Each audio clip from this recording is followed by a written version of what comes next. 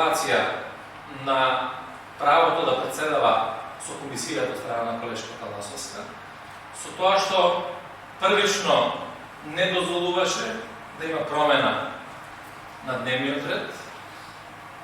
По нашата реакција дозволи да имаме предлог со кој што точката за Законот за кочани од 12-та побаравме да биде прва точка на дневниот ред и за жал не доби поддршка од страна на ВМРО ДПМН.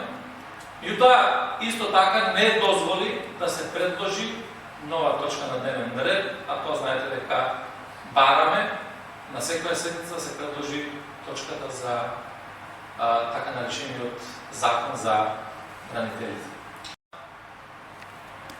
Седницата, кога дојде до моментот да се разгледа Законот за заштита на предлог Законот за изменување и дополнување на Законот за заштита на децата, седницата беше прекината.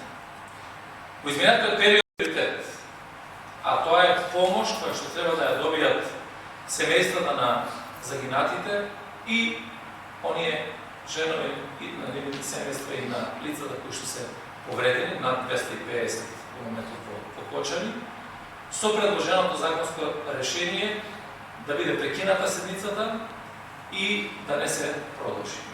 Очекуваме дека и јавноста ќе дознае што и како понатаму ќе се започне со целата ова постапка во однос на правните постапки, аргументации кои што ги имате и така натаму во однос на Кочани. Меѓутоа, за нас како политичка група беше многу важно да го направиме тоа што зависи од законодавниот дом и од пратениците.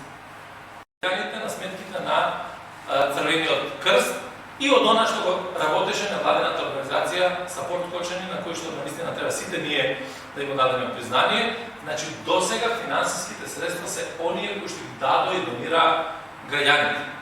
Јас поставив и пратеничко прашање, на кое што добив одговор дека иако се предвидени 30 милиони денари од страна на владата, досега биле, до тој момент, додека добив одговорот, дека биле потрошени 11 милиони денари, кои што се наменети пред се за поддршка на повредените и нивните семејства кои што беа на лечење надвор од државата и за оние кои што се на лечење внатре во Македонија и во нашиот здравствен систем. Меѓутоа, дополнително, знаете дека законот предвидуваше финансиска поддршка на сите семејства на загинатите и на оние кои што се повредени и на нивните семејства во нареден период. Кон зачувувањето на мирот и стабилноста во светот и секако дека очекуваме државата да има свој став и своји позиции во однос на овие прашања кои што се однесуваат на глобалниот мир. Гледаме дека немаме заседавање нити на Советот за безбедност, нема никаков предлог до сега за расправа во собранието.